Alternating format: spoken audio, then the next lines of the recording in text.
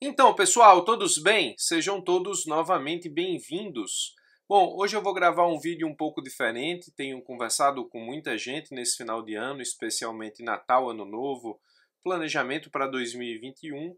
Muitas pessoas me perguntam muito sobre concurso público, tanto no aspecto de estudo propriamente, ou seja, estratégias de estudo, mas muita gente me procura para conversar sobre concurso público no que diz respeito não somente ao planejamento, mas no que diz respeito às razões pelas quais as pessoas decidem entregar um pedaço da sua vida para se prepararem para enfrentar uma prova para ocupar um cargo público.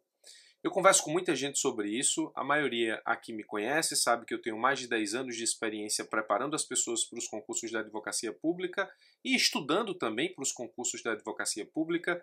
Eu tive as minhas dificuldades enquanto concurseiro e ajudo muita gente no que diz respeito a essa caminhada, a esse trajeto, a sair do momento em que você decide passar até efetivamente a aprovação. Existe até uma semana de 0 a 100 que eu gravei tratando das principais agruras, dos principais problemas, das principais decisões, das principais estratégias que você tem que ter nesse caminho, desde o momento em que você decide passar até o momento em que você é efetivamente aprovado ou aprovada. Por isso, semana de 0 a 100, ou seja, você sai do 0, que é a decisão de passar, até os 100, que é a efetiva aprovação e posse no cargo público. Hoje eu gostaria de falar sobre algo que é muito recorrente nas conversas que eu tenho tido nos últimos dias com as pessoas em relação a concurso público. Eu preciso te falar sobre quem é ou o que é o maior sabotador de aprovações da história desde que concurso público passou a ser a forma de ingresso nos concursos públicos. Aquilo que nós vamos conversar hoje é o maior responsável por sabotar a aprovação das pessoas, exatamente no que diz respeito àquilo que elas precisam construir em termos de planejamento até passar. Eu estou falando efetivamente do desculpismo.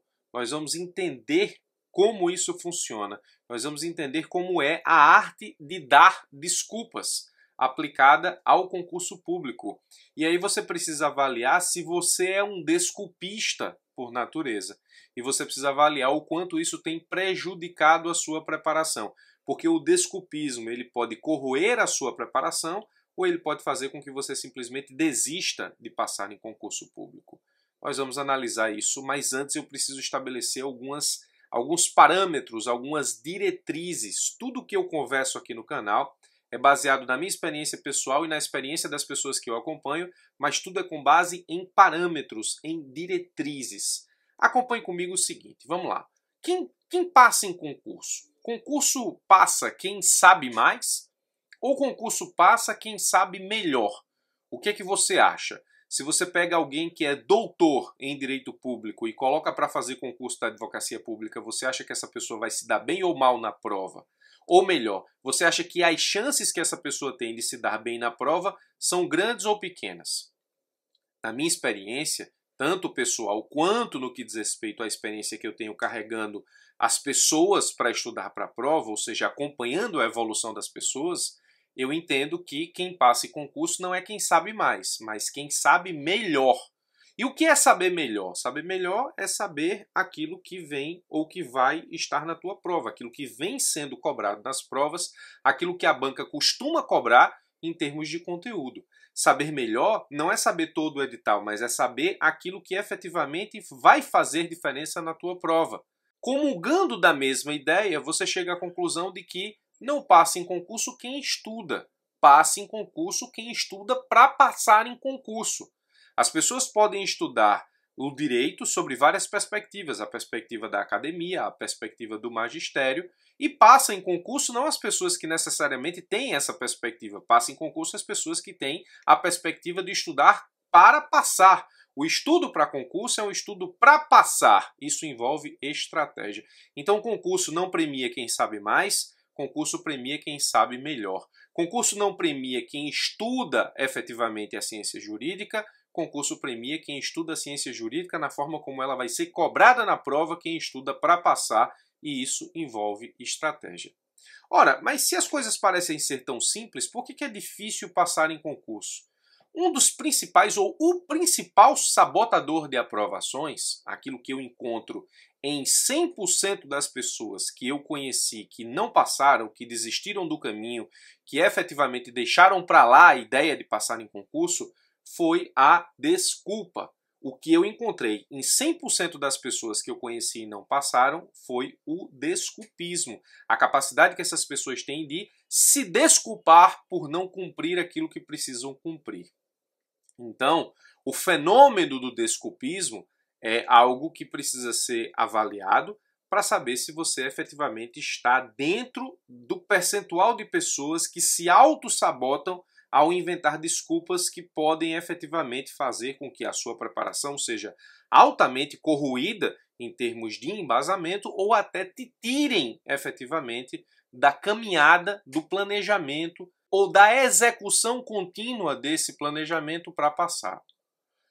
Quando as pessoas dizem normalmente, sem uma razão para isso, ou seja, no nível de desculpa, daqui a pouco eu explico a diferença, mas quando as pessoas dizem no nível de desculpa, não consigo, não posso, não dou conta, eu só consigo escutar uma coisa, eu só consigo escutar essas pessoas dizendo ainda não quero isso verdadeiramente. Se o não consigo for desculpa, essa pessoa está dizendo eu ainda não tomei a decisão verdadeira de querer isso, por isso não consigo.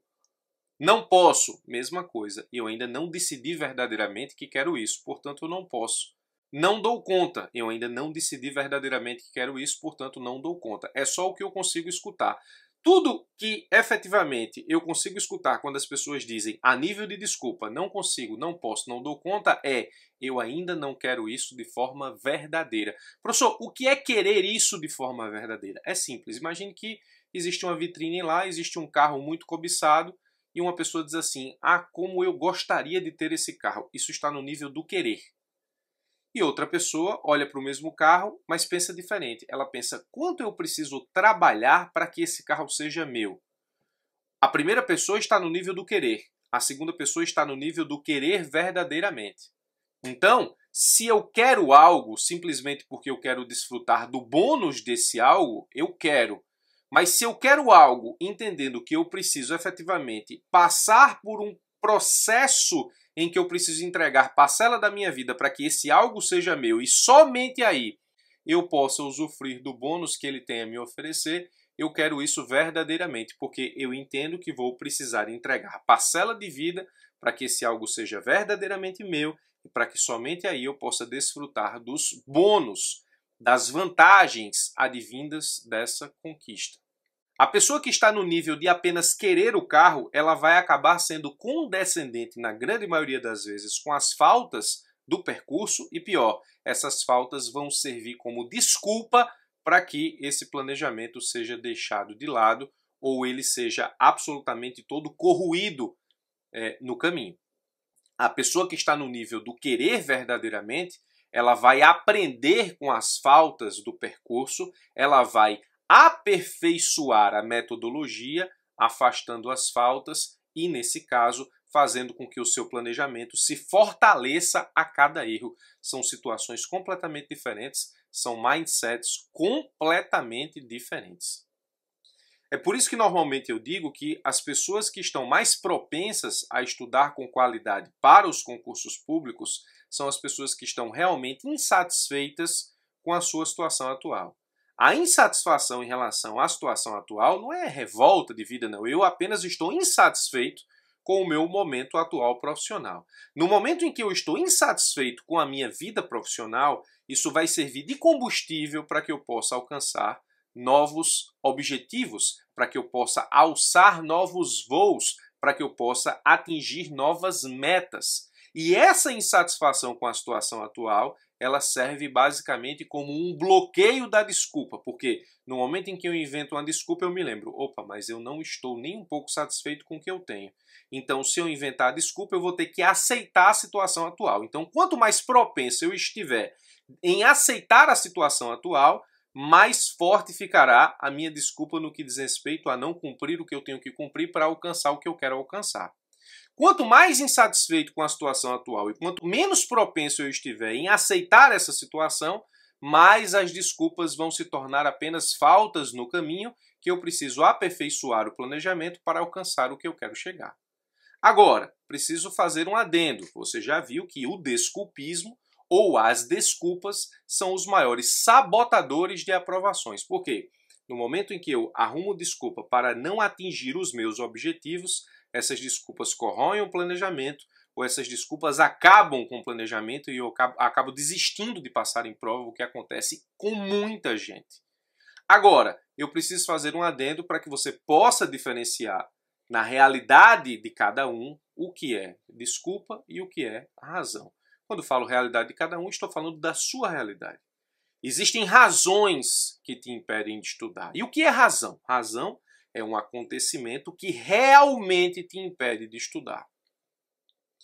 A morte de um parente, uma doença muito grave, algum problema físico, psicológico ou qualquer coisa que o valha. Alguma coisa que te impede de estudar, que está fora do seu controle, que está no campo da ália, ou seja, aquilo que é aleatório, que você não controla e que te impede de estudar. Isso é uma razão. Uma desculpa é um acontecimento que tende a atrapalhar os teus estudos, mas que na cabeça do desculpista é elevado, potencializado à condição de razão, fazendo com que você desista do planejamento ou fazendo com que o seu planejamento seja executado de uma forma totalmente inoperante que não vai gerar resultados. Então, o maior sabotador de aprovações que eu conheço em mais de 10 anos de experiência é justamente a capacidade que as pessoas têm de desculpar-se por não cumprir o que precisa ser cumprido para passar na prova. Se estudar para concurso estabelece, nesse caso, ou se concurso premia, melhor dizendo, aquele que estuda para passar, aquele que sabe melhor, aquele que tem estratégia para isso, tudo que eu invento de desculpa para não cumprir o planejamento no que diz respeito a essa estratégia que eu tenho de passar, na verdade, sabota a minha aprovação. Razão é algo que impede os teus estudos de forma verdadeira. Desculpa é aquilo que você, não sendo efetivamente razão, eleva a condição de razão na sua cabeça e aí faz com que o teu planejamento seja corroído de dentro para fora, porque é você que se sabota no final das contas, ou que o teu planejamento não seja executado e que você acabe desistindo de passar em provas.